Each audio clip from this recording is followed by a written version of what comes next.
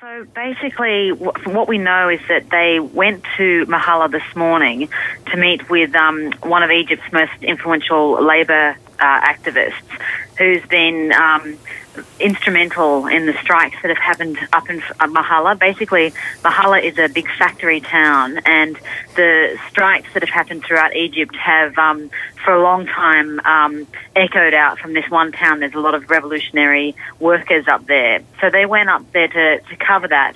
And basically in the square of Mahalla, what we know is that they were mobbed by residents.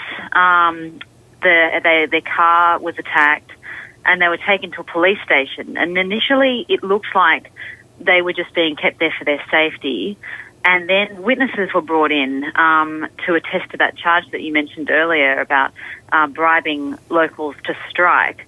And then they were formally charged. And there's four people there. There's Austin. There's Austin's translator, who's an Egyptian woman.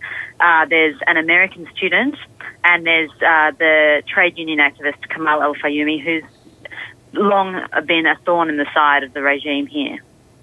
Jess, is this an isolated incident? You're obviously an Australian journalist working in Egypt. Have you been threatened? Are there threats to foreign journalists? I haven't been threatened, but there's a growing sense of xenophobia here that's escalated particularly in the last few days. And the sole reason behind that is state media and the statements that they run from Field Marshal Tantawi, who's head of the Supreme Council of the Armed Forces, which is ruling Egypt. They're constantly invoking foreign hands and conspiracies, and especially in regards to this general strike. The general strike started today because February 11th is the first year anniversary since Mubarak was deposed. And many people here say that the reason why Mubarak was deposed, had to resign, was because of a 3-day general strike. That's really what brought him to his knees. And so there's a lot of nervousness from the authorities about strikes. And the trade unions here, the independent trade unions at least, seem to have a lot of power. And so what we're concerned about is that this is sending a message to union activists around the country that if they attempt to start something, if they attempt to keep this general strike going on, that they will be detained and possibly imprisoned. Jess, any idea what the likely fate of Austin Mackell and his translator is likely to be?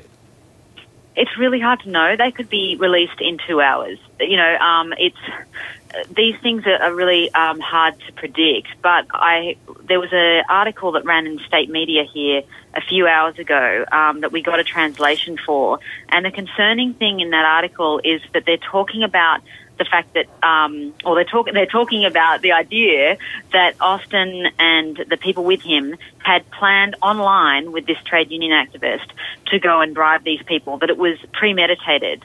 And so that concerns me, and that makes me wonder about what their intentions are, about what the police's intentions are. But they could be out in a few hours. This could be just a little something to scare them. It's really hard to say. We'll just have to wait and see.